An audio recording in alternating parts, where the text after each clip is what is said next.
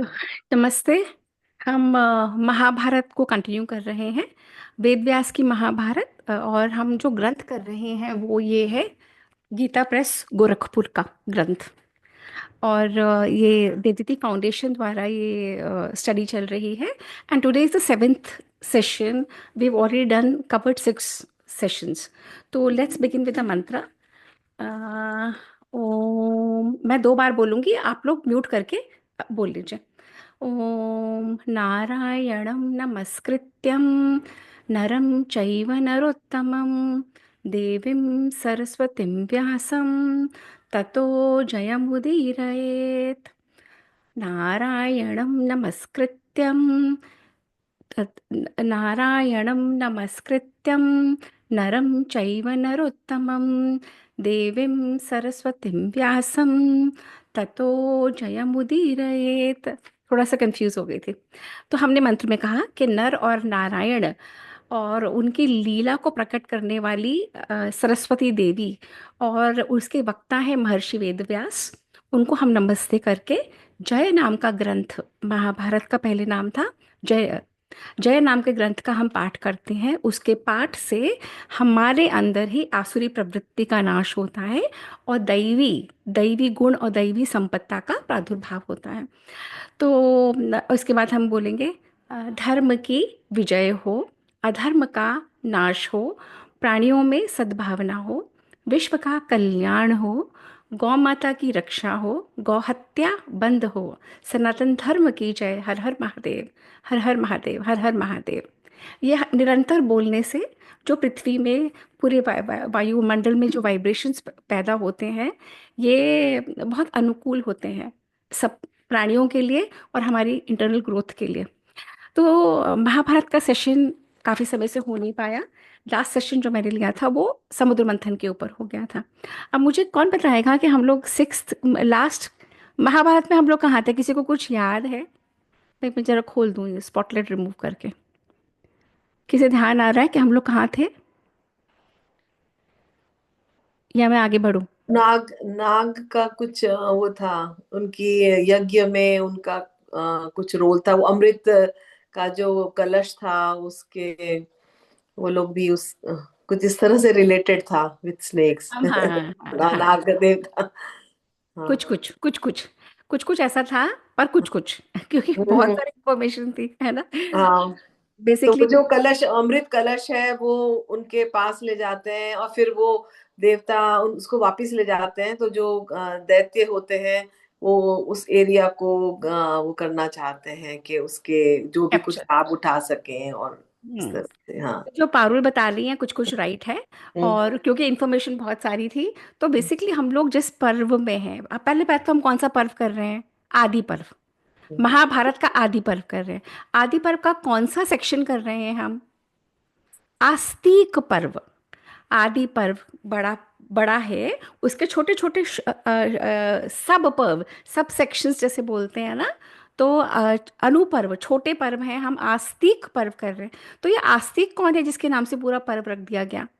So today will see that ये आस्तिक कौन है जिसके नाम से हजारों साल बाद भी हम याद कर रहे हैं महाभारत के थ्रू कि आस्तिक नाम का कोई पर्व है। Okay, so let's begin with that and give me a second. Okay, तो महाभारत के आदि पर्व के आस्तिक पर्व में हम हैं। और आस्तिक पर्व में जहाँ से हम शुरू कर रहे हैं, आज हम पहले श्री हरि को प्रणाम करेंगे। श्री गणेशाय नमः, श्री वेद व्यासाय नमः। श्री महाभारतम का आदि पर्व का आस्तिक पर्व हम अब कर रहे हैं। अब ये सारा क्रोनोलॉजी एस्टैब्लिश करना ज़रूरी है कि अगर आपसे कोई कहे आप क्या कर रहे हो महाभारत में, यू शुड नो कि आदि पर्व जो बिगिनिंग का फर्स्ट पर्व है उसका हम आस्तिक पर्व का सेक्शन कर रहे हैं। अच्छा, तो जहाँ पे हमने छोड़ा था, सर्पों की चल रही थी जैसे पारुल ने बताया। अब सर्पों की स्टोरी क्या है? सर्पों की स्टोरी ये है कि कश्यप जी की 2 पत्नियां थी, विंता और कद्रू। और विंता और कद्रू के पुत्र, कश्यप जी ने कहा तुम्हें जैसे जैसे पुत्र चाहिए वैसे मैं तुम्हें दे दूंगा। तो कद्रू ने मांगा बहुत सारे पुत्र मुझे चाहिए। विंता ने मांगा मुझे दो ही पुत्र चाहिए, परंतु बहुत बलशाली, बहुत बलवान। अब कद्रू और विंता दोनों सगी बहनें भी थी, और कद्रू और विंता में होड़ भी थी, ईर्ष्या भी थी। तो कद्रू और विंता, कद्रू ने जो मांगा तो उसको बहुत सारे नागों की, नागों नाग उसके गर्भ द्वारा उत्पन्न हुए।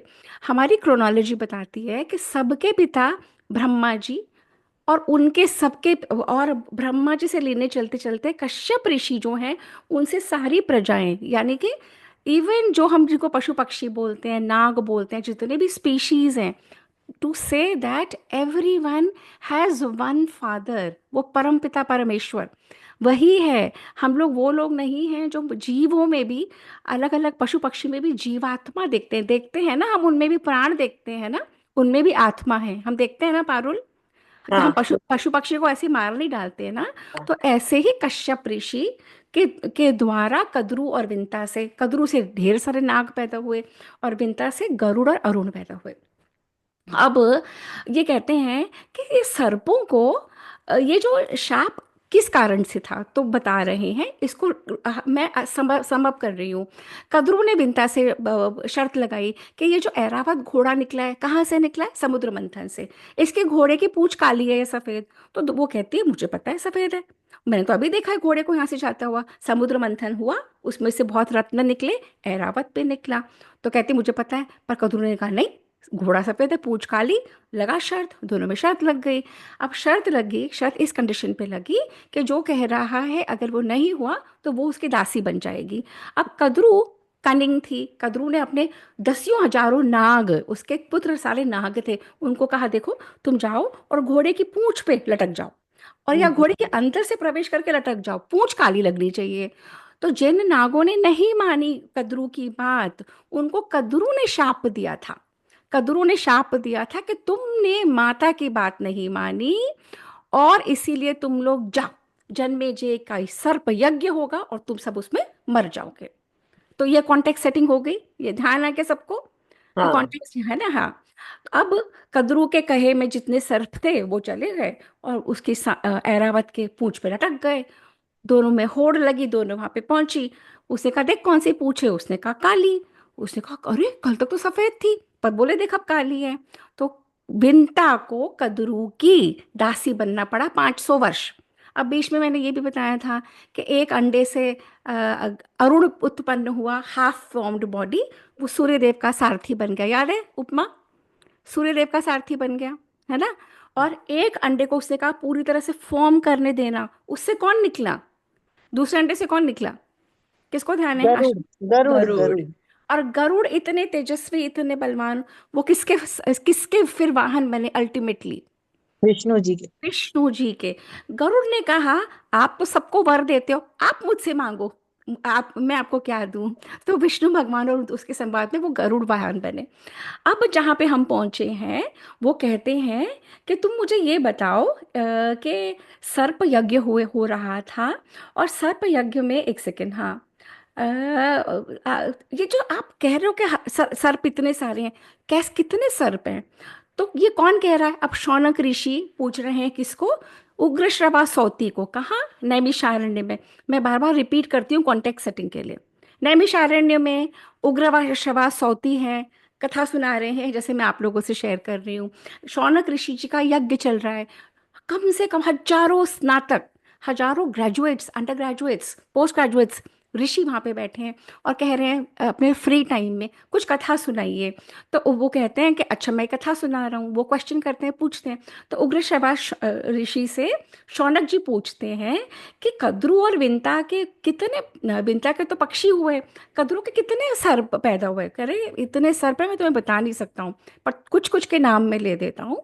तो सबसे पहले शेष नाग, वासुकी नाग, ऐरावत, तक्षक, ये नाम सुने?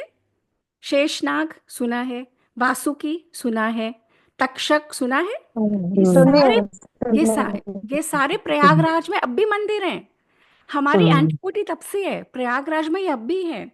करकोटक, धनंजय, कालिय, मणिनाग, मैं सिर्फ सुना रही हूँ चार पांच नाम, 10-15 नाम सुन लो।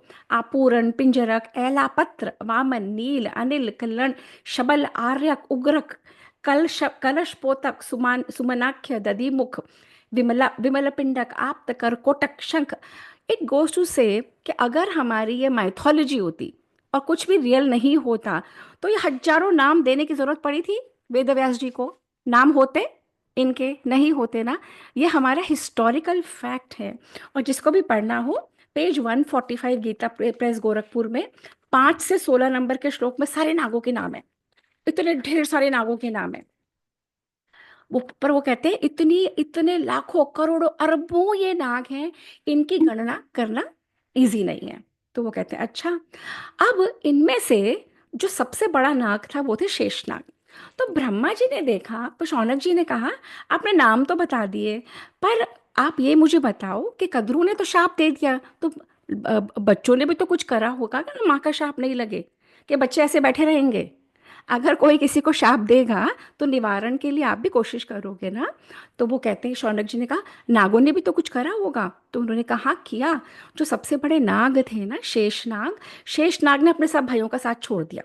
शेषनाग ने कहा, और वो चले गए तपस्या करने। तो ब्रह्मा जी ब्रह्मा एक सेकेंड, ब्रह्मा जी ने कहा तुम इतनी घोर तपस्या कर रहे हो, तुमने अपने भाइयों का साथ छोड़ दिया और तुम सूख के कांटा हो गए हो तपस्या कर करके, तुम्हें क्या चाहिए? तो उन्होंने कहा सबसे पहले तो मैं अपने इन भाइयों का साथ नहीं देना चाहता। ये बहुत ईर्ष्या करते हैं, आपस में लड़ते मरते हैं, मुझे इनके साथ नहीं रहना। मैं मरना चाहता हूँ जिससे कि मेरा पुनर्जन्म हो जाए और मुझे ये लोग भाई के रूप में ना मिले। तो ब्रह्मा जी ने कहा धर्म के लिए अपना शरीर त्यागो, ऐसे मत त्यागो, और तुम में वो सारे गुण हैं, तुम मेरा कार्य करोगे क्या? तो शेषनाग ने कहा क्या? ब्रह्मा जी ने कहा तुम में इतने अनंत फण हैं, तुम इतने बड़े हो, अनंत तुम्हारे फण हैं। समझ गए आप लोग? अनंत फण हैं। तो अनंत फण वाले, और ये जो पृथ्वी है ना जो मैंने बनाई है, पृथ्वी बिल्कुल गोल है, हिलती डुलती रहती है। तो पृथ्वी अगर जरा सी भी हिलती है तो क्या आ जाता है? हम लोग रह सकते हैं पृथ्वी के ऊपर अगर हिलती है तो? अभी क्या आया था पृथ्वी पे, याद आ गया है ना? भूकंप। भूकंप। भूकंप है ना? तो ब्रह्मा जी ने कहा पृथ्वी तो मैंने बना दी, सृष्टि पूरी बन गई, अब पृथ्वी का हिलन डुलन कैसे कम करूं? तो शेषनाग अनंत, तुम अपने भाइयों के साथ रहना नहीं चाहते, तुम तपस्या करना चाहते हो, तुम में पूरे धर्म के गुण है, तो तुम मेरे कहने से पृथ्वी के अंदर प्रवेश कर जाओ। जैसे ये पृथ्वी है, इसके अंदर घुस जाओ और अंदर से इसको धारण कर लो, ऐसे करके करोगे? तो अब शेषनाग ने कहा आप तो सबके क्रिएटर हैं, आप जब कह रहे हो तो मैं क्यों नहीं करूँगा? आपके कहे में जो चलेगा उसी की ग्रोथ है। तो ब्रह्मा जी के कहने से शेषनाग पृथ्वी के विवर में, और ब्रह्मा जी ने कहा पृथ्वी स्वतः आपको रास्ता देगी, क्योंकि हम मानते हैं पृथ्वी भी जीवंत है। हम मानते, पृथ्वी देवी बोलते हैं ना हम, पृथ्वी को देवी बोलते हैं ना। पृथ्वी अगर जीवंत नहीं होती तो वो हमें हमें अन्न कैसे देती? ये वेस्टर्न वर्ल्ड ये सब एलिमेंट्स को मानते हैं कि ये इनर्ट है, परंतु जल में भी पोषण है, जल भी मेमोरी है, जल में भी क्वालिटीज़ हैं जो अब साइंस प्रूव कर रही है। तो शेषनाग पृथ्वी के अंदर घुसे और पृथ्वी को ऐसे करके उन्होंने इस कदर धारण कर लिया। आज भी शेषनाग ही हमारे में कहते हैं कि शेषनाग ने ही पृथ्वी को धारण कर रखा है। और अगर शेषनाग जरा सा हिलते हैं तो हमारी लाइफ्स कैसी हो जाती है, आप सब लोगों ने देखा ना। तो ब्रह्मा जी ने कहा कि ये वाला काम कर लो, तो शेष ने ये वाला काम कर लिया। अब क्या हुआ? अब अनंत, शेषनाग को अनंत भी बोलते हैं क्योंकि अनंत उनकी फणे हैं। हम लोग आज भी अनंत नाग की पूजा करते हैं। कौन से दिन करते हैं? जैनियों अनंत का भी बहुत चौदस। बड़ा बारिश। अनंत चौदस। चौदस। अनंत चौदस। तो अब आप देखो किस तरीके से हमारे कल्चर में वीव कर दिए हैं वो कथाएं। और वो लोग आज भी, नाग वासुकी मंदिर है, तक्षक मंदिर है, अनंत चौदस की हम आज भी पूजा करते हैं। हम नाग पंचमी भी करते हैं ना। अब उसको ओल्ड फैशन समझ के बहुत लोग छोड़ रहे हैं, परंतु हमारे यहाँ जो विधि बताई गई है उसमें, तो अनंत शेषनाग इस तरह से पृथ्वी को धारण करते हैं। अच्छा, इसके बाद यहाँ पे हमारा एक अध्याय और खत्म हो गया, ठीक है। अब वासुकी अब शेषनाग तो चले गए। अब नागों के राजा कौन बन गए? वासुकी। अब वासुकी कहते हैं माँ ने शाप दे दिया और माँ कहती है तुम सब मर जाओगे। अब मुझे ये बताओ कि क्या करें? उन्होंने सब अपने भाइयों को बुलाया, जितने भी लाखों करोड़ों थे। वो नागराज बन गए थे। उन्होंने, नागलोक कहाँ पे है? पाताल में कहते हैं। तो जस्ट विजुअलाइज, नाग वासुकी बैठे हैं, सारे करोड़ों करोड़ों करोड़ों नाग वहाँ पे बैठे हैं। कह रहे हैं चलो प्लान तो करो, कुछ तो बताओ, इकट्ठा बैठेंगे तो प्लान कर सकेंगे, माता के शाप से कैसे मुक्ति मिले। तो ये बड़ी सुनने वाली, बड़ी इंटरेस्टिंग स्टोरी है। तो कोई ना कोई आइडिया देता है, कोई ना कोई आइडिया देता है, कोई कुछ देता है। क्या आइडिया देते हैं? वो कहते हैं कि देखो, हमें तो पता है जन्मेजय यज्ञ करने वाला है। अब जन्मेजय राजा बहुत बड़ा है, बहुत पावरफुल है। जन्मेजय किसका पुत्र है? कॉन्टेक्स्ट सेटिंग, किसका पुत्र है जन्मेजय? परीक्षित का। परीक्षित। और परीक्षित किसका पुत्र है? अर्जुन का पुत्र और अभिमन्यु का बेटा। बिल्कुल। तो हम चल रहे हैं पांडवों, जो पांडु महाराज के पुत्र अर्जुन के पुत्र, अभिमन्यु के पुत्र परीक्षित के पुत्र जन्मेजय। Got it?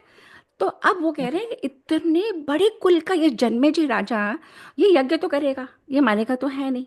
ये यज्ञ क्यों करना चाहता है, हमारा विनाश क्यों करना चाहता है, वो अलग स्टोरी है, बाद में सुनेंगे।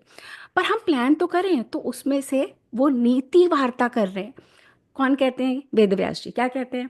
तो वो कहते हैं, कोई एक सर्प बोलता है, एक प्लान है मेरे पास कि हम ना, क्योंकि ये नागों के पास भेष बदलने की, दे कुड चेंज फॉर्म, उनके पास वो पावर थी। तो कहता है हम श्रेष्ठ ब्राह्मण बन जाते हैं और हम जन्मेजय के पास जाएंगे, और राजा तो कहेगा मांगो, तो वो मांगेगा और हम कह देंगे यज्ञ बंद कर दो। दूसरा कहता है कि हम क्या करते हैं, हम रूप बदल के उसके मंत्री बन बन जाते हैं। अब जब जन्मेजय जब हमसे सलाह मांगेगा, तब हम कहते हैं यज्ञ बंद कर दो। तीसरा कहता है, जो भी आचार्य वो यज्ञ करा रहे होंगे ना, हम उनको डस के आ जाते हैं, खत्म कर देते हैं। चौथा कहता है, जो भी ब्राह्मण, ऋत्विज, अर्धवयु, अधर्वयु, जो भी कुछ बनेगा, हम उनको डस लेते हैं। ये सब कहते हैं वो। वासुकी कहता है, तुम सबको मारने की बात कर रहे हो क्या? इसको डस ले, उसको डस ले, उसको डस ले। तो वो कहता है अच्छा रुको। फिर पांचवा कहता है, हम क्या करते हैं, वो सर्प यज्ञ में अग्नि जलाएंगे, तो हम बादल बन जाते हैं, बादलों के बरस जाएंगे, पानी बरसा के वो यज्ञ बंद कर देंगे। छठा कहता है कि वहां पे जितने भी बर्तन भांडे होंगे ना, जो वो लोग तैयारी कर रहे हैं यज्ञ के लिए, उसमें जाके चलो हम मलमूत्र कराते हैं। Look at their ideas. नागों की आइडिया है, वेद व्यास जी लिख रहे हैं क्लियरली उसमें कि हम जाके मलमूत्र कराते हैं। सातवां कहता है, मलमूत्र कराओ, हम वो सारे बर्तन ही उठा के चोरी करके ले जाते हैं, वहां से हटा ही देते हैं, वो यज्ञ के सारा खर्च खत्म कर देते हैं। सातवां कहता है कि हम ना वो बन जाते हैं यज्ञ वाले, और जब वो कहेंगे ना मुंह मांगी दक्षिणा मांगो, तो हम कह देंगे दक्षिणा यही है कि ये यज्ञ विध्वंस हो जाए। सातवां कहता है कि जब आठवां दसवां मतलब बोले जा रहे हैं, ये सब लिख रहे हैं वो, कि जन्मे जब जब स्नान करने जाएंगे ना, तो हम उनको खींच के अपने नागलोक में ले जाएंगे, वो ही नहीं रहेंगे तो यज्ञ क्या होगा। ऐसे कर करके हम उसको ही डस लेंगे। वासुकी कहते हैं कुछ भी बोलते हो, इतना पावरफुल वो राजा, और वो तुम्हारी ऐसे छोटी छोटी प्लान से वो समझ जाएगा। वासुकी कहते हैं, पर तुम तो ऐसे मुंह खोल सकते हो, परंतु मैं नहीं कर सकता। क्यों? क्योंकि मैं सबसे बड़ा हूं, और मेरे पर तुम सबकी जिम्मेवारी है। मुझे ढंग से सोच समझ के और बहुत प्लानिंग के साथ अपने कुल को बचाना है। मैं तुम लोगों जैसे बचकानी हरकतें नहीं कर सकता। और यहाँ पे हमारा एक और चैप्टर खत्म होता है, सप्तत्रिंश मतलब 37। अब हम 38 पे पहुंचे। अब इधर तो ये चल रहा होता है, और उधर मैंने लास्ट टाइम शेयर करा था कि एक जरत्कारु ऋषि थे, और उनकी शादी नहीं होती थी। ध्यान आ गया किसी को? जरत्कारु ऋषि की स्टोरी याद आई? याद आई किसी को? उपमा याद आई जरत्कारु? नहीं। नहीं आई ना? हाँ, कोई कोई बात नहीं। एक्चुअली लॉट ऑफ इन्फॉर्मेशन ना। तो एक जरत्कारु ऋषि थे। उस जरत्कारु ऋषि जब वहां से जा रहे थे, उन्होंने देखा कि कुछ लोग गड्ढे में, अ, कुछ प्रेत गड्ढे में मुंह लटकाए खड़े ऐसे पड़े हुए हैं, और वो किसी चीज से ऐसे लटके हुए, याद आ गया? वो किसी चीज से ऐसे लटके हुए हैं, और वो जो जो भी तंतु से लटके हुए थे उसको भी चूहा काट रहा था। तो उस जरत्कारु ऋषि ने कहा, ये आप क्या कर रहे हो? आप लोग उल्टे लटके पड़े हो, और आप लोग को यहाँ पे चूहा काट रहा है। सपोज हम किसी पेड़ की डाली से लटक गए उल्टा, और वो पेड़ की डाली को कोई काट रहा है, और डाली अगर टूट गई तो क्या होगा? हम गिर जाएंगे। तो ऐसे बहुत सारे लोग लटके पड़े थे, आप तो गिर जाओगे। तो उन्होंने कहा, भाई हम क्या करें, हमारा कोई सहारा नहीं है। तो उन्होंने कहा, आप हैं कौन? तो हम हैं यायावर ऋषि, और हम इसलिए लटके पड़े हैं कि हमारे यहाँ कोई पुत्र, कोई पुत्री, कोई संतति नहीं है। याद आ गई सब स्टोरी? अभी भी नहीं याद आई? हमारे वंश में कोई है ही नहीं, वंश परंपरा। हमारे वंश में कोई बालक नहीं है, कोई बालक का बालक नहीं है, और एक मूड मगज पैदा हुआ था, वो भी ब्रह्मचारी का व्रत लेके बैठ गया, वो भी बच्चे नहीं पैदा करता। तो ये कहा कौन? उसने कहा तुम कौन हो जो हमसे इतनी सहानुभूति रख रहे हो? अपने ही रखते नहीं तो किसी को क्या पड़ी है? दसियों लोग पूछते, कोई रुकता है क्या? रुकता है क्या? नहीं ना, कोई अपना होता है तो ना। तो इन्होंने कहा कि हमारे, तो बोले वो कौन है जो आपका वो पड़पोता का पड़पोता? उसने कहा जरत्कारू। बोले अरे वो तो मैं ही हूँ। तो बोले आप जरत्कार, तुम जरत्कारु हो, तो तुम इतने मूड मगज हो क्योंकि तुम विवाह नहीं करते, तुम बच्चे नहीं पैदा करते, तुम जो अपने पूर्वजों के बारे में नहीं सोचता, खुद की तपस्या के बारे में सोचता है, उससे बड़ा मूर्ख कौन होगा? तो उसने बोला वो सारे पितृ थे, वो सारे जरत्कारु के फैमिली के पूर्वज थे। पूर्वजों का तर्पण जब हम देते हैं तो पूर्वजों को वो अन्न, वो पोषण प्राप्त होता है। ये समझ आ रही है स्टोरी, क्या ऊपर से जा रही है यहाँ से? जल्दी बताओ, आशी में आ रही है? थोड़ा समझ में तो आ रही है। थोड़ी, हाँ। तो जरत्कारु यहाँ खड़ा है, पूर्वज लटके पड़े हैं। जरत्कारु कहे तो वो कह रहे हैं पूर्वज, अगर तुम ही जरत्कारु हो तो प्लीज हमें हेल्प करो। तो वो कहता है पिताश्री, मैं तो आप लोगों की तकलीफ देख के मेरे तो रोंगटे खड़े हो गए। मेरे पूर्वज अगर ऐसे हैं, तो मतलब मेरा भी हाल यही होगा जब मैं मरूंगा का? बिल्कुल होगा। तो बोले क्या करूं? तो बोले करो क्या, बिहार जाओ और बच्चा पैदा करो। तो बोले मैं जैसे बूढ़े को कौन लड़की देगा? ना मेरे पास धन है, ना मेरे पास कुछ है, मैं तो यायावर ऋषि हूँ। मैं तो जगह जगह डोलता हूँ, बूढ़ा ऐसे पतला हो गया हूँ, जरत्कारु मतलब अपनी बॉडी को तपस्या कर करके, जो तुम्हारी जैनियों में तपस्या करते हैं ना, इतनी पारुल, ये वैसे वाले तपस्वी थे। तो कर करके शरीर को यूं करा ले, सूख के काटा। तो बोले देखो, विवाह तो करना पड़ेगा। तो बोले अच्छा कर लूंगा भाई, आप बोल रहे हो, पर मेरी शर्त है, मैं लड़की मांगने जाऊंगा नहीं। एक, दूसरी, मेरे ही नाम की लड़की, मतलब जरत्कारु। पूर्वजों ने कहा कौन जरत्कारु नाम की कन्या होएगी? तीसरा, मैं उसका भरण पोषण नहीं करूंगा। चौथा, मैं शर्तें लगा ली। तो ऐसे कर करके, पर अब क्या हुआ? अब अब स्टोरी को यहीं रखते हैं। अब दूसरी तरफ क्या हो रहा है? नाग परेशान हो रहे हैं। वासुकी कह रहा है कैसे बचाऊं? तो वासुकी कह रहा है मैं कैसे बचाऊं? तो उधर वासुकी को एलापत्र नाम का एक नाग कहता है देखो वासुकी राजा, मैं बता रहा हूँ, जब माँ ने शाप दिया ना, मैं छोटा सा था, उनकी गोदी में था। और जब मैं उनकी गोदी में था, माँ शाप दे रही थी, तो मैंने सुना कि माँ शाप दे रही है। और मैंने देखा वहाँ पे ब्रह्मा जी भी खड़े थे, और ब्रह्मा जी ने भी बोला, कुछ नहीं बोला, मतलब ब्रह्मा जी ने भी माँ को शाप देना मंजूर कर लिया। पर पर ब्रह्मा जी ने एक बात बोली जो आप लोगों को नहीं पता। ब्रह्मा जी ने कहा स्त्रियां बहुत कठोर होती हैं, देखो कैसे अपने पुत्रों को शाप दे रही है। तो बाकी लोगों ने कहा आपने तो रोका नहीं। तो ब्रह्मा जी ने बोला इसलिए नहीं रोका क्योंकि ये जो सर्प है ना, इतने करोड़ों करोड़ों करोड़ों हो चुके हैं, और ये बिना कारण डसते हैं। तो इसी तरीके से सर्प कम होंगे, और जो अच्छे सर्प होंगे, धर्मात्मा सर्प होंगे, जो अगर किसी को अटैक करेगा तभी अटैक करेंगे, बिना कारण नहीं अटैक करेंगे, वो बच जाएंगे कद्रू के शाप से, नहीं तो सब मारे जाएंगे। तो कहता है मैं तो माँ की गोद में था, तो मैंने ये सुन लिया। तो अब मैं आपको बता रहा हूँ, ब्रह्मा जी का प्लान है। ब्रह्मा जी के प्लान में ब्रह्मा जी ने बोला है कि समय जब आएगा ना, अपने आप सोल्यूशन आएगा। तो ब्रह्मा जी कह रहे थे जरत्कारु नाम का ऋषि जरत्कारु नाम की कन्या से शादी करेगा, तो जो पुत्र पैदा होगा वो हमें सर्प यज्ञ से बचाएगा। अब कनेक्ट कर पा रहे हो कहाँ कहाँ से स्टोरी घूम रही है? ठीक है। तो अब वो कहते हैं अब जरत्कारु को कहाँ ढूंढे, वो ऋषि कहाँ है, वो कन्या कहाँ है, वो कैसे मिलेंगे, बच्चा कैसे होगा?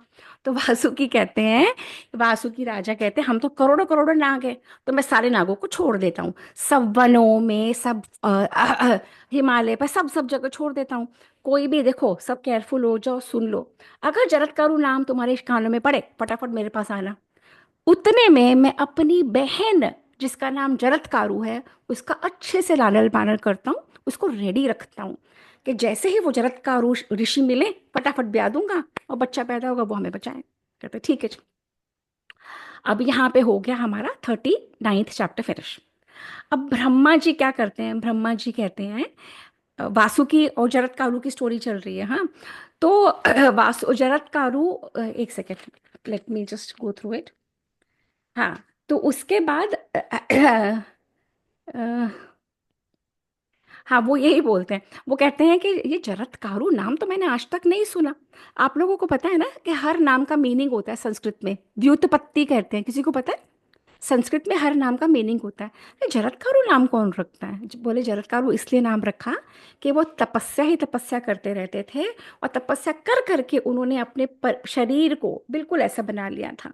तो और उधर क्या हुआ? अब ये दोनों स्टोरी एक साइड में। उधर क्या हुआ? परीक्षित राजा, परीक्षित राजा गए शिकार करने। पांडु भी बहुत शिकार करते थे। परीक्षित राजा गए शिकार करने। शिकार करते करते उन्होंने एक जीव को मारा। वो जीव मिला नहीं, वन में घुसता चला गया। और वहां पे याद आया किसी को, वो कहाँ पे पहुंचे और क्या डाला उन्होंने किसी ऋषि के गले में? याद गले में आया? सांप, सांप, मरा हुआ सांप डाल दिया था। बिल्कुल। और फिर श्राप दिया था उन्होंने कि तुम्हें 1 हफ्ते बाद तक्षक डस डस लेगा। एक हफ्ते बाद तक टेस्ट लेगा। अब जब एक हफ्ते का ये जो श्राप हो गया, एक सेकेंड, हाँ मैं इसको ठीक कर दूं जरा, एक सेकेंड। व्यू चेंज हो गया कुछ, व्यू, स्पीकर व्यू। तो एक जब तो उधर ये चल रहा था। परीक्षित को वो ऋषि मिले। ऋषि पे उसने सांप डाल दिया। और ऋषि तो चुप रहे क्योंकि वो तो मौन व्रत में थे और ध्यान मग्न थे। परंतु उस ऋषि का जो पुत्र थे, ऋषि के पुत्र के को उनके बेटे ने बता दिया। उन ऋषि के बेटे को उसके फ्रेंड ने बता दिया, तू तो बड़ी ऊंची ऊंची हकता है, तू तो कहता है मैं बड़ा तपस्वी और मेरे पापा भी बड़े तपस्वी, और ऐसे तपस्वी, तेरे पापा के गले में तो सांप पड़ा है। बच्चे बोल सकते हैं ना ऐसे, अब भी बच्चे ऐसे ही बोलते हैं ना कि तू तो बड़ी ऊंची ऊंची बात फेंकता है। तो उस समय भी ऋषि पुत्र को, कौन से ऋषि पुत्र? शमीक ऋषि। वो कौन?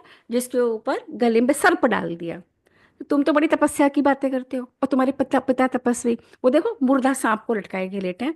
कब मेरे पापा मुर्दा सांप? तो वो भागा भागा भाग गया। और श्रृंगी ऋषि ने देखा, वो भी ऋषि था, श्रृंगी ऋषि ने देखा कि उसके पापा, पिताजी आराम से बैठ के तपस्या कर रहे हैं और गले में वो मुर्दा सांप। वो इतना ज्यादा एक्सट्रीम, उसमें एंगर आया। उसने हाथ में जल लिया, और जैसे अभी इसने बताया था आशिमा ने, और जल को करके कि 7वें दिन जिसने भी डाला मर जाए। तो जब उसने देखा कि उसके पास पिताजी के गले में लगा, उसने, पिताजी मैं तो शाप दे आया। तो पिताजी ने बोला, हे मूर्ख, तुझे किसने कहा था शाप देने को? तो बोले, पिताजी आपका अपमान किया है, मैं अपमान कैसे सहता?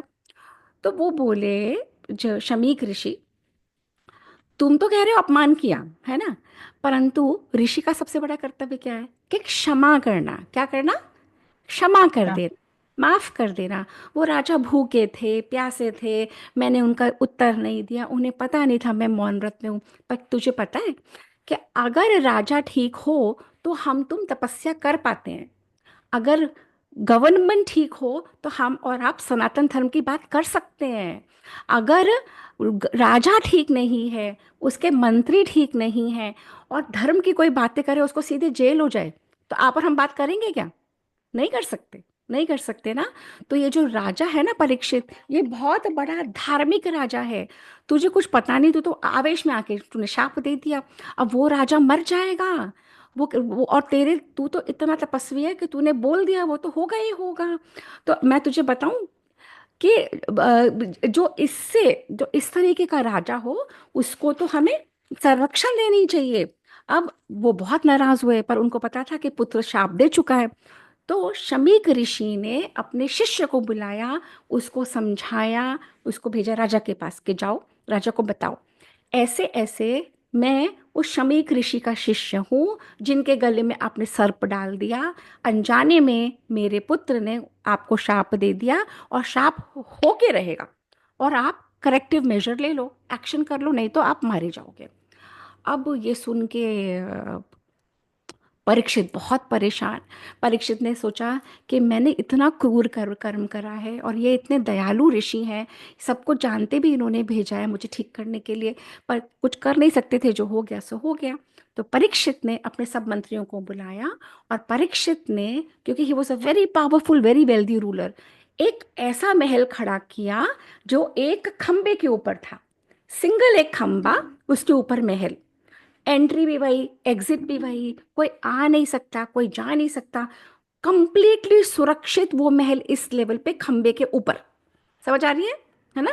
खंबे के ऊपर और पूरा महल, और उस महल में अपने मंत्रियों के साथ, अपने दरबारियों के साथ, अपने जो जो उसके नियर एंड डियर के साथ वहाँ पे रह के, और वो एडमिनिस्ट्रेशन करने लगा।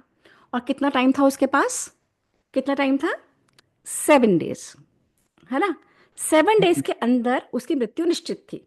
और ऋषि ने क्या कहा था कि तक्षक नाग आके तुमको डसेगा, पर्टिकुलर नाम दिया था, तक्षक नाग आके इसको डसेगा।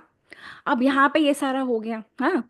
तो उसके बाद उन्होंने उन्होंने ये सब भी प्लानिंग कर ली, सारे पुरोहित बना लिए जो सर्प विष को ठीक करना जानते थे, सब वैद्य बुला लिए, सारे अपने अरेंजमेंट जो कर सकते थे कर लिए, अनजान लोग कोई आएंगे नहीं।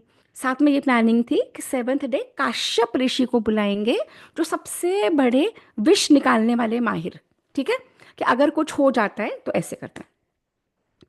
अब यहाँ पे ये सेटिंग बैठ रही थी। उधर क्या हुआ, उधर तक्षक को समझ में आ गया कि दिन पास आ रहा है, तो तक्षक जाने लगा कहाँ? इस राजा के महल की तरफ। तक्षक नाग, इनको भेष बदलना आता है। तक्षक नाग ने देखा एक ब्राह्मण बहुत फुर्ती से वॉक करके जा रहा है। कि ब्राह्मण देव आप कहाँ जा रहे हो? ब्राह्मण देव ने कहा आप कौन हो? ब्राह्मण देव ने कहा मैं काश्यप हूँ और मैं जा रहा हूँ परीक्षित के पास। बोले क्यों?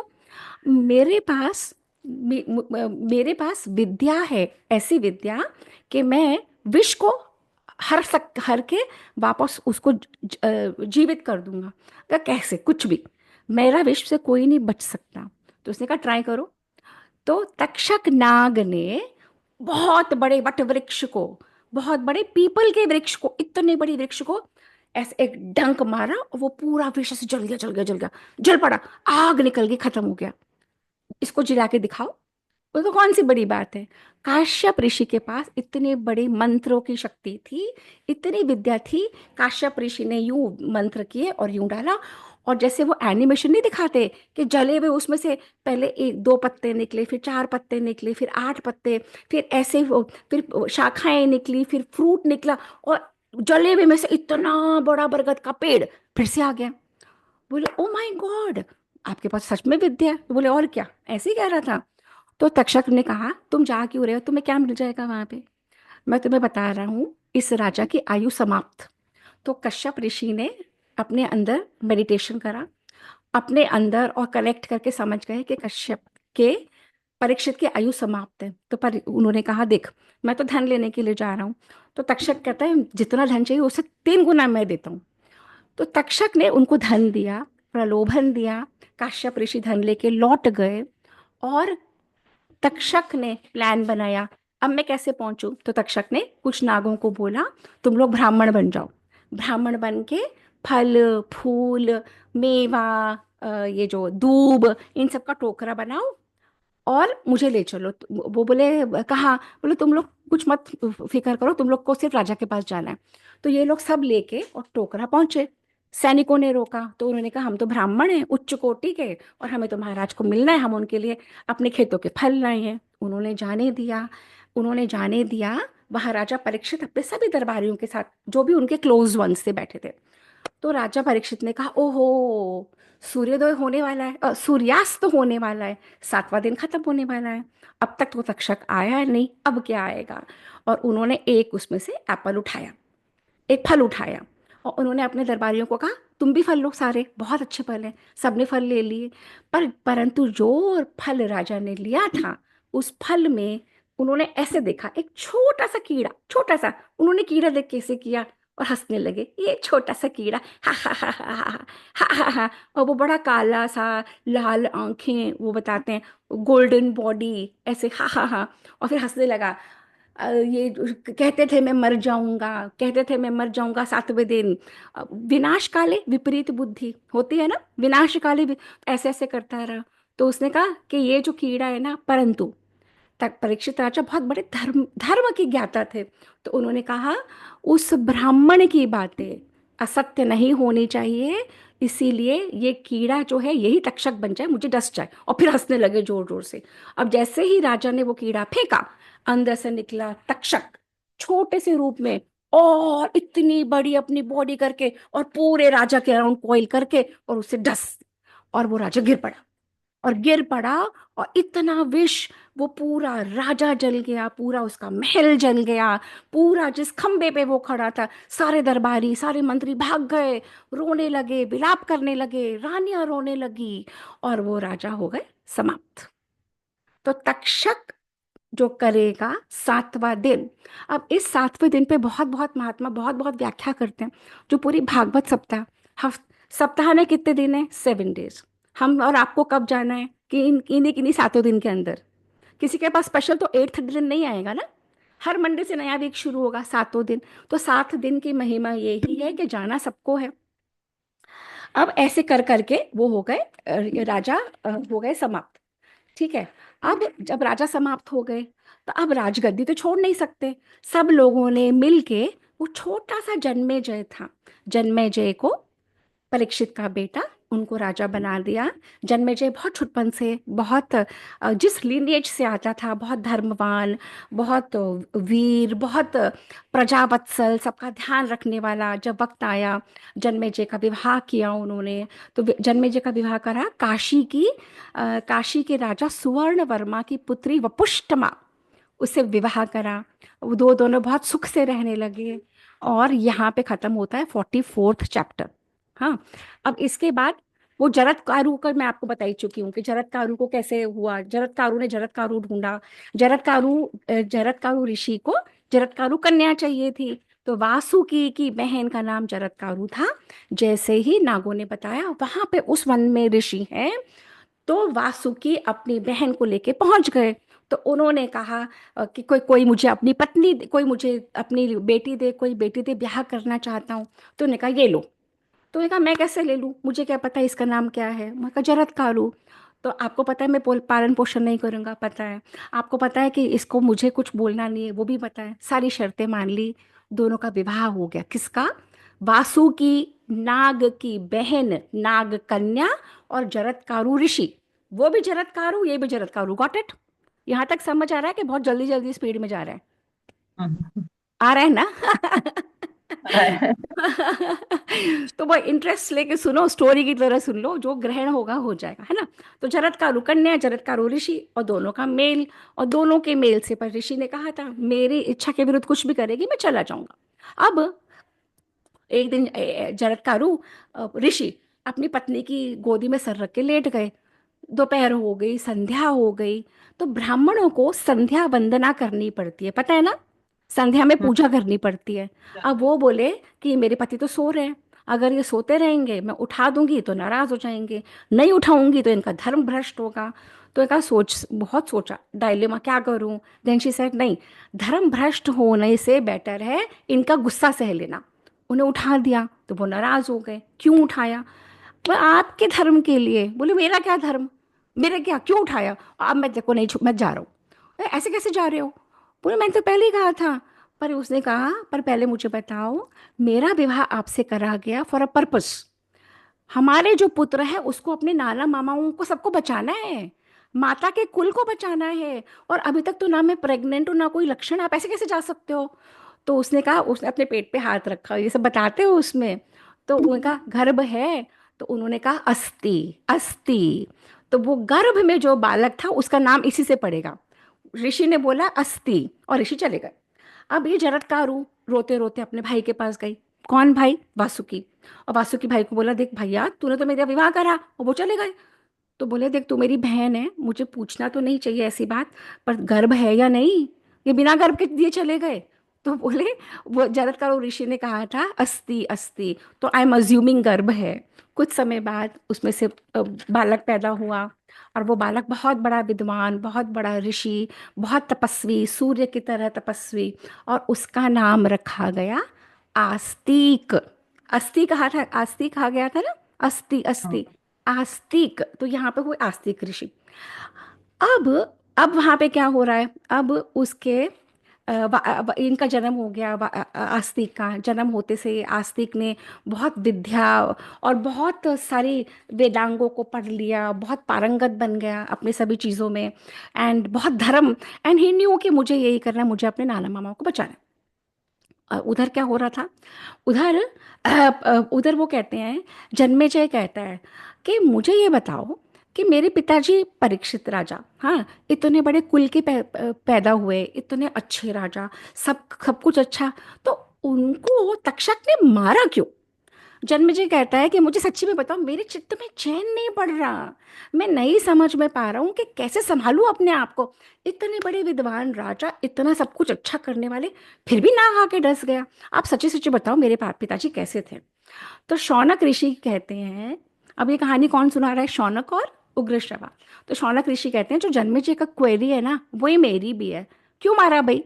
तो जन्मेजय सौती, उग्रश्रवा सौती कहते हैं कि देखिए, मंत्री लोगों से पूछा जन्मेजय ने, तो देखो आपके जो पिताजी थे ना, बहुत बड़े प्रजापालक, बहुत बड़े धर्मात्मा, वो चारों वर्णों को, शूद्र वैश्य क्षत्रिय ब्राह्मण, सबका ध्यान रखते थे, पृथ्वी का ध्यान रखते थे।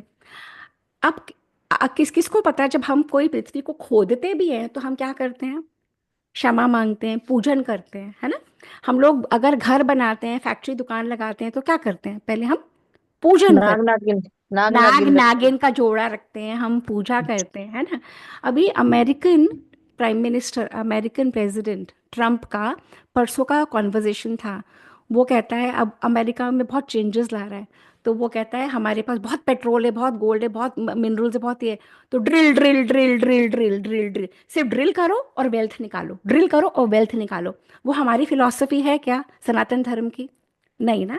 हम पृथ्वी को, जल को, वायु को, अग्नि को उतना ही करते हैं कि दोहन ना करें। आ रही है समझ? हम लोग उससे लूटने के लिए, खसोटने के लिए सनातन धर्म नहीं है क्या? नहीं ना। तो हम लोग क्षमा मांग के, है ना? तो ये जो पृथ्वी ये है, वो कहते हैं ड्रिल करो और लूटो, ट्रम्प कह रहा था उसमें, है ना?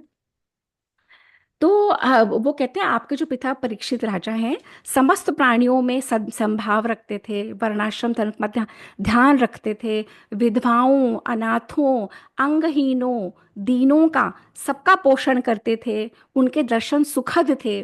उनके राज्य में सब कुछ, जैसे राम राज्य का वर्णन है ना, उनके राज्य में सब हृष्ट पुष्ट था, सब सत्यवादी थे। कृपाचार्य धनुर्वेद के, वो उनके शिष्य थे। श्री कृष्ण के तो प्रिय थे। श्री किसने बचाया था उत्तरा के गर्भ में अभिमन्यु को? हैं।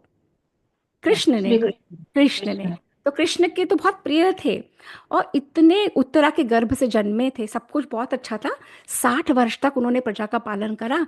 फिर अब अज्ञानवश वो सर्प की स्टोरी हुई, गले में डाला और शाप मिला और वो मारे गए। तो वो जो है ना, जन्मेजय कहता है, मुझे ये सब बात समझ में आ गई। मुझे समझ में आ गया सबसे बड़ा कल्प्रिट वो ब्राह्मण ने जिसने शाप दिया, कल्प्रिट है तक्षक। तक्षक ने काश्यप ऋषि को रोका, नहीं तो काश्यप ऋषि आते मेरे फादर को जिला देते। काश्यप ऋषि ने उस ब्राह्मण नहीं, तक्षक ने काश्यप ऋषि को पैसे दिए कि जा लौट जा, उसको घूस दी, रिश्वत दी, जा लौट जा।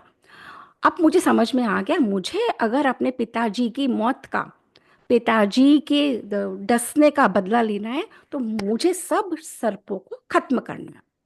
आपको अब कनेक्ट हो गया कि जन्मेजय क्यों शाप क्यों करता है? जन्मेजय सर्प यज्ञ क्यों करता है?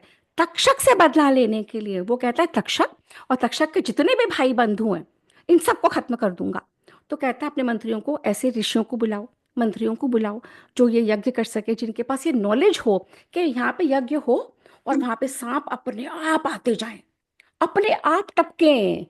इतने मंत्रों में एक शक्ति है, अपने वाइब्रेशंस में, अपनी बोली में, ऐसे पहुंचे हुए उनको लेके आओ। ऐसे पहुंचे हुए होता, ऐसे पहुंचे हुए ऋत्विज, ऐसे पहुंचे हुए ब्राह्मण, ऐसे पहुंचे हुए पुरोहितों को लेके आओ। तो वो सारे वो लोग अरेंज कर देते हैं। तो वो कहते हैं आपके पास ऐसे यज्ञ की विधि है? बोले हाँ, ऐसे यज्ञ तो हमारे पुराणों में पहले भी होते थे। तो बोले कि पर ये मुझे बताओ कि कश्यप ऋषि को ये नाग ने पैसे दिए, तुमने कैसे सुन ली ये बात? वहां तो कोई और नहीं था। तो बोले हमने ऐसे सुनी कि उस पेड़ के ऊपर एक लकड़हारा बैठा था। जब जब वो उसने जब तक्षक ने काश्यप को कहा कि मैं पेड़ को भस्म करूंगा, तुम जिला दो, तो जब वो पेड़ को नाग ने भस्म करा, तो वो आदमी भी मर गया। और जब काश्यप ऋषि ने जलाया पेड़ को, आदमी भी जी गया। तो आदमी ने सब कुछ देखा, तो बोले ओहो, अब इस तक्षक को तो मुझे मारना ही पड़ेगा, अब इस तक्षक को मैं नहीं छोड़ूंगा। तो अब हो गया यज्ञ।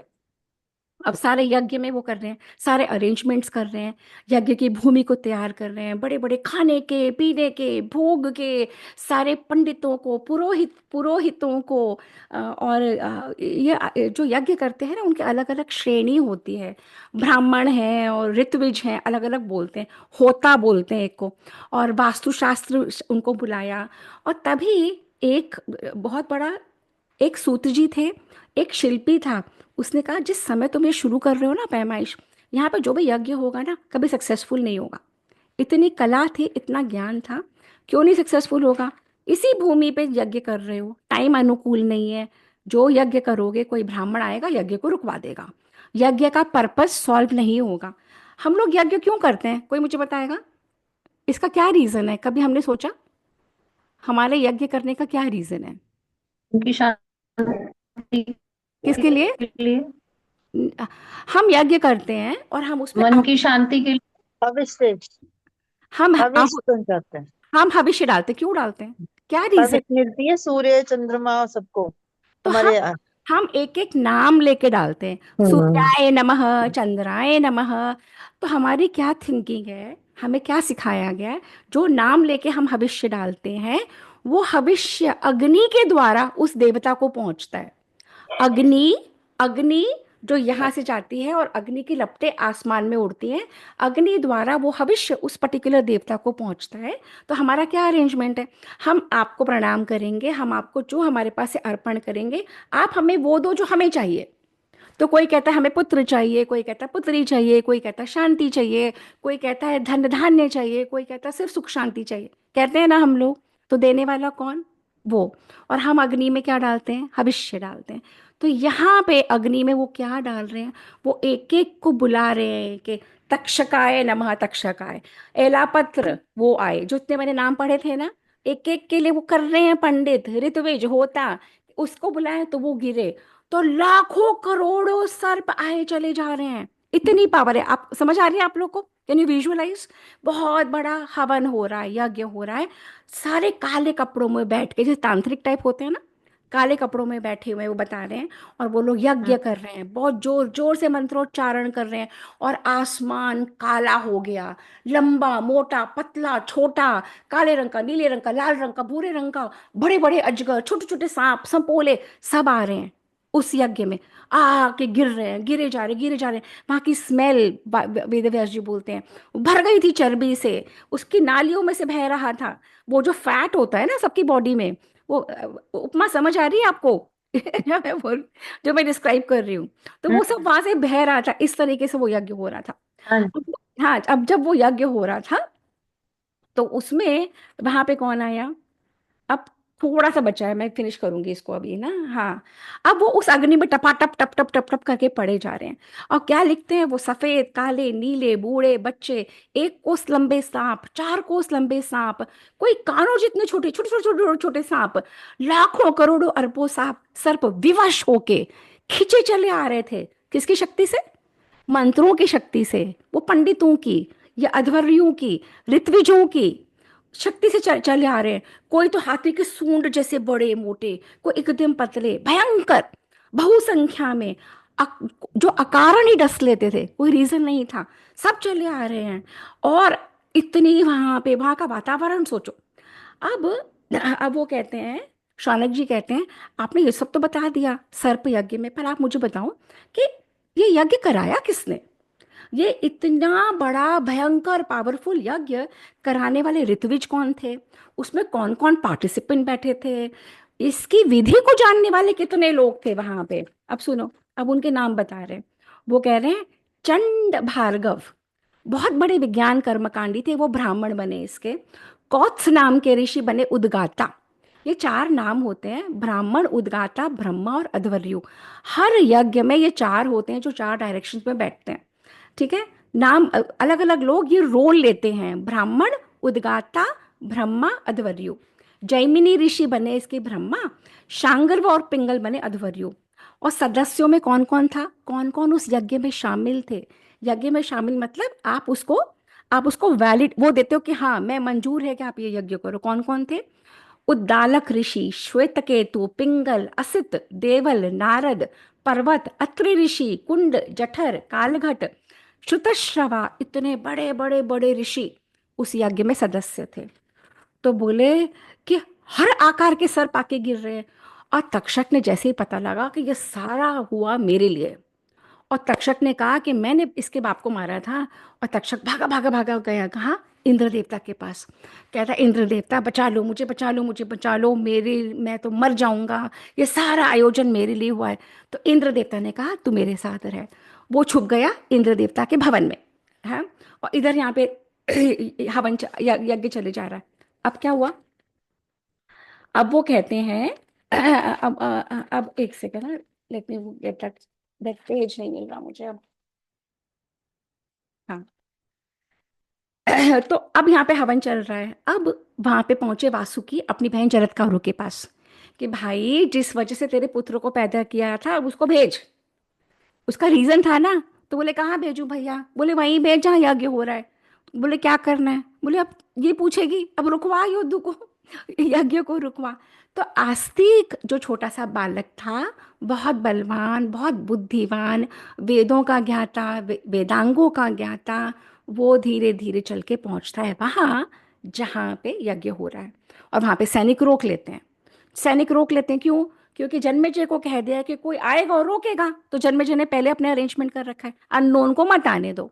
पर ये जो बालक वहां पे पहुंचता है, वो बालक कहता है वो बहुत बड़ी बड़ी बहुत सुंदर सुंदर बातें कहता है। वो कहता है, एक सेकेंड देखो वो शीट निकालने दो क्योंकि I have to read out. बहुत ही सुंदर उसका व्याख्यान आता है उसमें। इतने शीट्स हो गए, आपको पता है ये कितने सारी शीट्स का बन गया ये? कहाँ गया?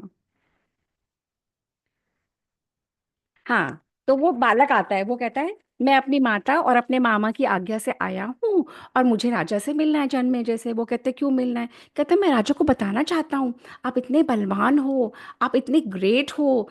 जो आप यज्ञ कर रहे हो कभी चंद्रमा ने किया था, कभी वरुण ने किया था, कभी ऐसा ही यज्ञ ब्रह्मा जी ने प्रयागराज में किया था। वो सारे यज्ञ और आपका यज्ञ एक बराबर, आप ग्रेट राजा हो। आप जो भी करो मेरे प्रियजनों का कल्याण हो। फिर कहता है आप इंद्र, इंद्र ने तो 100 यज्ञ किए, आपका एक यज्ञ इंद्र के 100 के बराबर है। हे महाराज हमारे प्रियजन का कल्याण हो। ऐसे करके महाराज की स्तुति करते जाता है। यमराज का यज्ञ, हरिमेध का यज्ञ, राजा रंती देव का यज्ञ, वो भी तुम्हारे सामने कुछ नहीं जो तुम कार्य कर रहे हो। हे महाराज हमारे प्रियजनों का कल्याण हो। महाराज गाय का यज्ञ, राजा शशबिंदु का यज्ञ, अलग अलग कुबेर का यज्ञ भी आपके यज्ञ के सामने कुछ नहीं। हे महाराज तुम्हारी जय हो। हमारे कुल का कल्याण हो। राजा नृग का यज्ञ, राजा अजामीड का यज्ञ, दशरथ नंदन श्री राम का यज्ञ भी आपके सामने कुछ नहीं। देखो जब किसी से कुछ चाहिए तो कैसे स्तुति कर रहा है छोटा सा बालक। तो जैसे स्तुति करता क्या, श्री राम का यज्ञ भी आपके सामने कुछ नहीं। हे महाराज तुम्हारी जय हो, हमारे प्रियजन का भला हो। युधिष्ठिर महाराज का यज्ञ, व्यास जी का स्वयं यज्ञ भी आपके सामने कुछ नहीं। हे महाराज आपकी जय हो, हमारे प्रियजनों का कल्याण हो। वहां पे सारे लोग, वेद व्यास जी बैठे थे, सब शिष्य थे, सब लोग थे। और उनमें कौन कौन थे? विभावसु, चित्रभान, हिरण्यरेता, सब में तुम श्रेष्ठ हो। पूरे मृत्यु लोक में, पूरे जगत में तुम श्रेष्ठ हो, धैर्यवान हो, प्रज्ञावान हो। तुम जैसा कोई राजा नहीं। हमारे कुल का भला हो हर बात में। उन महाराज के लिए बोले, फिर बोले हमारे कुल का भला हो। वाल्मीकि जी की भांति आप पराक्रमी हो, वशिष्ठ के समान, आपका क्रोध पे काबू है, आप इंद्र के समान हो। और राजा खुश होता गया, प्रसन्न। सोच सकते हो आप? अब जब राजा प्रसन्न होगा तो क्या बोलेगा? राजा क्या बोलता है? राजा प्रसन्न होता है तो क्या बोलता है? क्या राजा क्या उतार के कुछ देता है या कहता है जो मांगना है मांग लो? जल्दी बताओ उपमा। आवाज नहीं आया। राजा क्या कहता है? कुछ उतार के अपनी वो दे देता है फिर। और क्या बोलेगा कि जो वर चाहिए वो मांगो। अगर राजा बहुत खुश होता है ना तो वो कहता है हम्म। मांगो। अब उतने में क्या हो रहा है, उतने में बाकी लोग कहते हैं महाराज आप कौन सी लाइन पकड़ रहे हो, यहाँ पे यज्ञ चल रहा है, यज्ञ की तरफ ध्यान दो, अभी तक तक्षक तो आए ही नहीं, आप तो कहीं और चले गए, आप तो बालक में प्रसन्न हो गए, बालक को देख के। कुछ ऐसा करवाओ कि पहले तक्षक आए, आपका गोल क्या था, तक्षक आए। और तक्षक कहाँ छुपा बैठा है, इंद्र के भवन में। तो राजा के वो बाकी लोग कहते हैं राजा को आपको पता है वो तक्षक कहाँ छुपा बैठा है। तो इंद्र के पास बोले अच्छा, इंद्र ने जान जान के उसको वो दे दिया। तो बोले आप सूत जी से पूछ लो। सूत जी को बुलाते, वो कहते हैं हाँ, इंद्र की सभा में। तो वो और राजा कहता है और पावर से वो दो, और पावरफुल करते हैं। तो इंद्र भागे भागे वहां पे आते हैं, इंद्र के हाथ में क्या होता है, तक्षक। और उधर से वो बालक कहता है ठहर जा ठहर जा ठहर जा। कौन, कौन कहता है, आस्तिक। और उधर से जरत वो का नास्तिक। आस, आस्तिक आस्तिक आस्तिक रोक रहा है, ठहर जा, किसको, तक्षक को। और यहाँ पे यज्ञ चल रहा है, और यहाँ पे राजा कहता है मुझे तो इसको वर देना पड़ेगा, क्योंकि सब लोग कहते हैं इतना उच्च कोटि का बालक है, इतना विद्वान, आप तो वर दो। और बालक क्या वर मांगता है, क्या मांगा होगा बालक ने, बालक ने क्या वर नागों की जिंदगी, तक्षक की लाइफ मांगी होगी। बालक आस्तिक कहता है यज्ञ रोक दो, ना तक्षक ना कोई और यज्ञ, कोई और नाग नहीं पड़े इसमें। तो राजा वो जन्मेजय कहता है तक्षक तो ऊपर लटका पड़ा है, तूने रोक दिया, तू आने नहीं दे रहा, और कोई नाग आ नहीं रहे, और मेरा व्रत। तो मैंने कहा आपने तो मुझे वर दिया है। तो बोले हाँ, आप तो राजा हो, बोले हाँ, आपको तो वर देना पड़ेगा, बोले हाँ। तो राजा अपने ही बातों में फंस जाता है, और तक्षक ऊपर ही लटका रहता है, और नीचे यज्ञ बंद हो जाता है। और तब सारी जनता, जितने भी लोग थे, राजा कहता है कि भाई तो कुछ और मांग ले, रुपया मांग ले, पैसा मांग ले, जेवर मांग ले, गाय मांग ले, बैल मांग ले, घोड़े मांग ले, कहता कुछ नहीं, यज्ञ रोको। फाइनली राजा को यज्ञ रोकना पड़ता है, तक्षक रिलीज होता है, सारे नाग बच जाते हैं। वासुकी नाग की दरबार में जब ये बात फैलती है तो सब प्रसन्न हो जाते हैं कि वासुकी की बहन जरत्कारु के पुत्र आस्तिक ने सर्पों का यज्ञ, सर्पों का विनाश रोक दिया। तो कहते हैं फिर, तो सौती, उग्रश्रवा सौती और शौनक जी कहते हैं जो यह संवाद सुनता है, पढ़ता है, बोलता है, शिक्षा ग्रहण करता है, उसको कभी भी सर्पों के दिन में रात में कभी भी दंशने से डर नहीं रहता। जो ये संवाद पढ़ता है, सुनता है, शिक्षा इसमें से ग्रहण करता है, उसके कुलों का उद्धार होता है। जो ये संवाद पढ़ता है, लिखता है, देखता है, सुनता है, इस तरह से वो बिल्डअप करते हैं कि इसको सुनने से, कहने से, पढ़ने से आपके जीवन में सब कुछ अच्छा श्रेष्ठ होगा ही होगा, सब कुछ अच्छा होगा ही होगा। तो जिस तरह से आस्तिक ने नागों का उद्धार किया, फिर वो बड़ा हुआ, उसका विवाह हुआ, पुत्र पौत्र आदि हुए।